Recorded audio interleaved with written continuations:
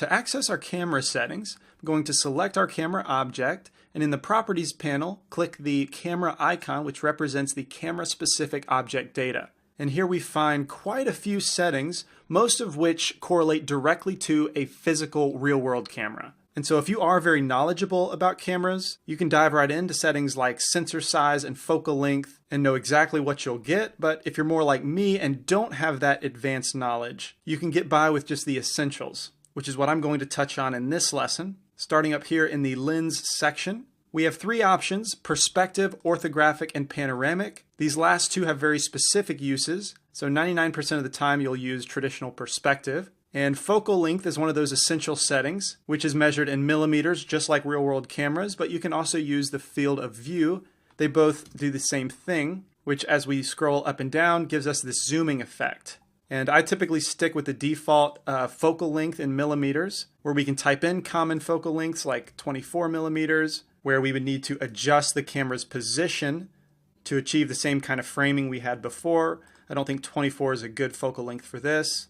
35, which is supposedly the focal length of the human eye. Generally, I hang out around the 50 to 60 millimeter focal length, but this is something you'll want to play around with until you get comfortable with what looks good to you. That's really all I'm worried about in the lens section. Next, we have the camera section, which offers an extensive list of real-world presets like a Nexus 5, Nikon DX, Red 1, and many other camera formats. So if for some reason you want an exact real-world representation, you can select that there. Next, let's skip down to the display section, where we have some helpful visualization options for what our camera looks like in the viewport. This first one, limits, is one that I'll use, especially for depth of field, which we will get to in a moment. Over here to the right side of the panel, we have some composition guides. So let's look in our camera view with the 0 hotkey. And in this list, we find some helpful templates for framing a shot. So a common one is the rule of thirds, also the golden rule,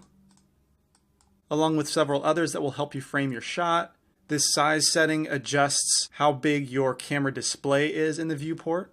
And then finally, this Passepartout setting is a fancy French term for the area outside of our camera frame, where a default of 0.5 allows us to still see the scene around our frame. A lot of times I'll bump this up to 1 so I don't see the extra stuff whenever I frame a shot. And then in the safe areas section, we have more helpful guides for staging your frame appropriately.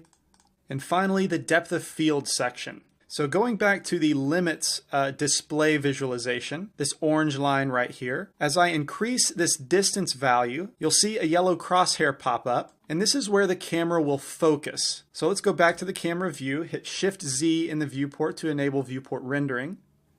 And even though I set the distance to 7.26, we don't see any depth of field effect. And that's because we need to set the aperture value, specifically the radius size. This is a very sensitive setting, so if I bump this up to 1, you can see an extreme depth of field effect, so extreme that it's kind of unrealistic. So we'll keep that low at 0.1, where our depth of field effect makes a little more sense. So let's go ahead and give that a render.